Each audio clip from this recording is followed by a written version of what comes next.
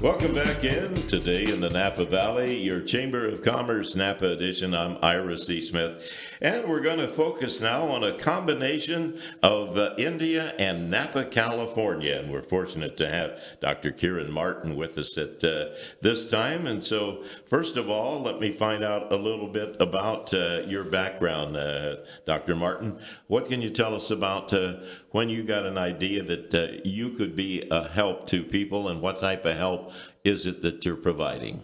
Thank you for having me, Ira. I'm a pediatrician, and I started this organization that is called Asha, which means hope in Hindi. I started this organization in the year 1988, which is 31 years ago, in one slum that was just filled with garbage and bad sanitary conditions where the children were really sick. And I began with a broken table and a chair, sitting in a small little space and seeing hundreds of patients. Since then, the organization has grown to serve 700,000 people. Boy, exciting things have been happening. Yes, absolutely. It's been absolutely wonderful, this journey of 31 years. I think what's interesting is your connection with Napa. Do you want to explain how that took place? Yes, absolutely. So it was some years ago that Congressman Mike Thompson, your representative, came with his wife Jan, and they were in India, and Jan visited Asha as a part of that visit.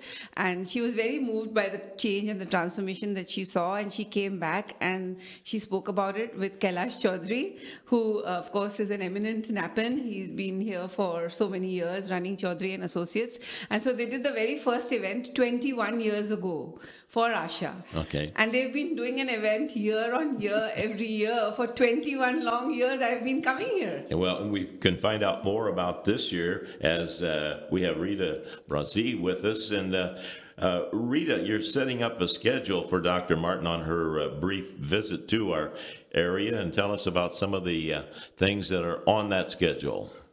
Good morning. So Dr. Martin will be visiting with various schools here in Napa Valley, as she has done in past years. Today we'll be at Valley Oak School, and yesterday we were fortunate enough to visit Vintage High School and the Napa Boys and Girls Club. Mm-hmm. You have a big event coming up on Sunday. Can you tell us about that? Yes, we are generously hosted by the Black Stallion Estate Winery on Silverado Trail. And our event will begin at 4 o'clock in the afternoon with a wonderful dinner and appetizers by Aroma Indian Cuisine of Napa. Jeet and Jyoti have generously donated all of the food for this event. The door opens at 4 o'clock. Will this be India-type food? Yes, Indian food. Okay. All Indian food. And we'll have Indian music and have a really nice presentation, a live auction, silent auction. And we're also very fortunate this year to have the help of the Vintage High School Club. Their name is Enough, and they're newly formed, and they're going to be assisting us. How may people secure tickets for this? Are there still reservations available? There are a few tickets left. You can still give us a call and get a reservation at Chowdhury and Associates. So the phone number is 707-255-2729, and you can speak to Susan. Do we have many people from the India area in the Napa area? We have local people from Napa that are Indians, also from the South Bay and the Sacramento area coming to All attend. right. Well, Dr. Martin, let's come back to you and tell us about how you were working with the slums. What got you started initially with that? So being a pediatrician, I was very concerned about the health of children living in the slums because they had diarrheal illness, they had respiratory illness, none of them were vaccinated. So I started clinics for these young babies and young children. And as time went on, I started expanding my activities. I encompassed the pregnant women, maternal care, and then I went on to empowering women because I found that the system in slums was very feudal and very patriarchal. You had these slum lords and you had the slum mafia, and they were big big hindrance and impediment to development. So I started empowering women, and then I empowered them so much that they were able to petition the local officials and completely turn around the circumstances in their slums. So then now an Asha community is no longer a typical slum. You will find there clean water, you will find sanitary services. In many cases, you will find that they've been able to get land rights to build their own homes. You will find that they have access to banks where they can get loans for starting off small businesses or expanding existing businesses. What about education? That is one of the most exciting parts of my story. And when I started my work, not a single child was going to school. They were mostly engaged in some form of labor, like maybe picking bits of metal and plastic from garbage dumps. Oh my goodness. It was awful. I used to see that every day. And so in the early years of my work, say in the late 80s and 90s, I was encouraging them to attend the local public schools.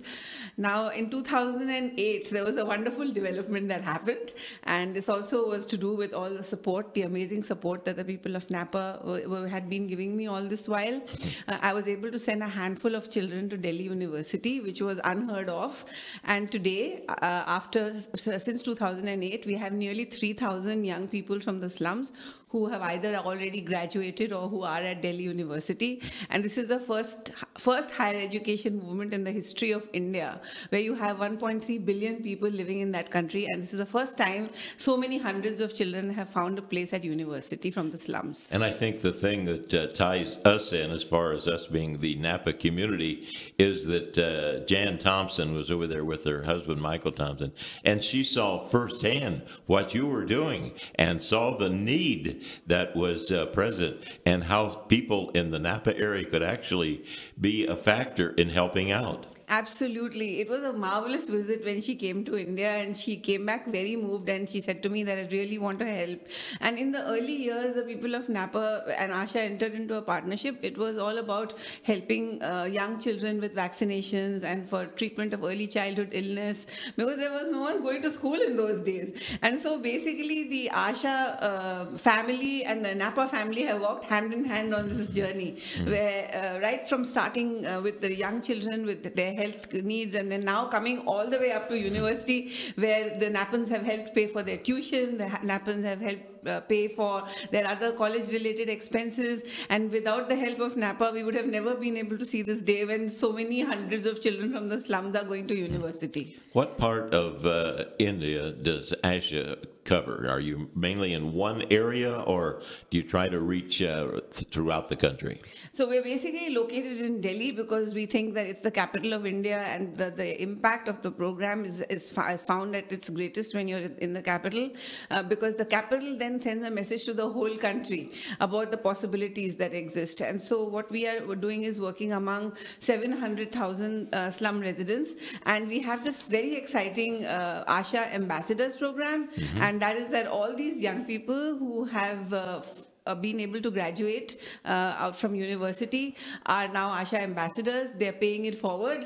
And so it's now getting converted to a movement rather than an organizational effort. And they are now reaching out to so many slums that even we haven't seen. And they're looking for young people, bright minds with potential. They're helping them financially. They're helping them with their skills and their abilities. And I think that soon a day will come when not a single child from the slums will be left behind. Can you share with us the story of Yusha Sarivas? Yes, she was here last year, and she used to be playing about the dirty drains when I first met her in this slum community in South Delhi. And she always used to say she wanted to be a journalist. She used to hold a toy mic and pretend to be one. And at that time, I used to wonder whether this will ever happen. But then, as time went on, she started doing well at school. And then, when the time came for her to get into Delhi University and do a degree, her parents took her to the village because she was a girl and they didn't really want her to go to university. They wanted to get her married. And so she came back, and she was crying, and she was going like, what is going to happen now that the admissions are closed? So I actually went to the dean of the university and I said, this girl needs a place. So she actually found a place. She graduated with an honors in political science, and then her dream to become a journalist came true when she did a master's in journalism after that. So now she's working with a very reputed media house called the Hindustan Times as an entertainment journalist, and it's called Desi Martini. In fact, if anyone ever wants to hear her, she's so amazing. It's desimartini.com, DESIMARTINI.com, and she's there interviewing celebrities, and she's there, writing content for the website, and it's just remarkable to see where this girl started and where she's reached right now. Yeah. And she's also mentoring younger girls in the slums who want to do journalism. What else exciting can you report to us that's happening over there as a result of Asha? The most recent development is so exciting that I can hardly believe it's really happening. A foreign education in India is like a dream. It's even middle class Indians can't dream of a foreign education, say in Australia, or say in America, or say in England, because it's too expensive and it's only meant for the wealthy. So I actually negotiated with these universities and I said, look, you are charging hundreds of thousands of dollars from the wealthy Indians who can pay to you. Can you not take a few children who are from poor communities but very deserving and give them a full scholarship? And I'm so happy to report to you, these are the very same children that the wonderful people of Napa used to support when they were little. And today, this boy Mahinder, he has done his master's at the University of Melbourne, and he's now working as an investment banker. We have another boy, Chandan, whom you supported. He's leaving for Imperial College London to do a master's in pure maths. And so the story goes on. And it is just so remarkable how these children can attain the greatest of heights given an opportunity. Mm-hmm. Well, Rita, do you want to add anything to this? Well, we were so fortunate as to be able to go visit Asha a year and a half ago, and I can firsthand say that this is an amazing program. How they reach these people is just an incredible thing to witness, and everybody's dedication to the program is remarkable. Mm-hmm. Well, it's going to be Asha Day in the Napa Valley this Sunday, September the 8th, from 4 to about probably 9 o'clock over there at the beautiful Black Stallion Estate Winery, and tickets are still available. And in wrapping it up, Dr. Martin, anything you'd like to share with us in finishing up our interview? I just want to say a very, very big thank you from the bottom of my heart to every single person in the Valley. I want to express my greatest thanks to Congressman Mike Thompson and his wife Jan, because this is a fine example of loyalty and commitment to a cause that has been demonstrated over 21 long years. I also want to thank Kailash Chaudhary, who is of course an eminent Napan and who has contributed so greatly. Had he not started this wonderful relationship, I don't know what it would have been like. But and it's also wonderful that his family has taken over. So you see Rita here, his own daughter, and her whole family. I mean, the kids, the grandkids, and so many other Napans who have been so keenly involved and who come year on year to support my work.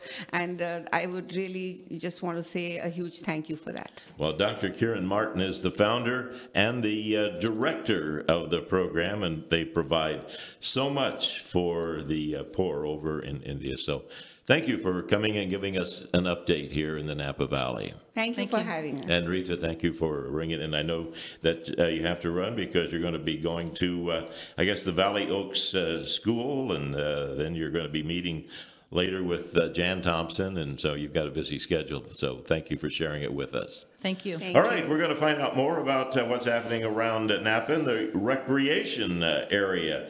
And who could better tell us about that than the director, John Coates. He'll be with us next, so stay right there on KVON.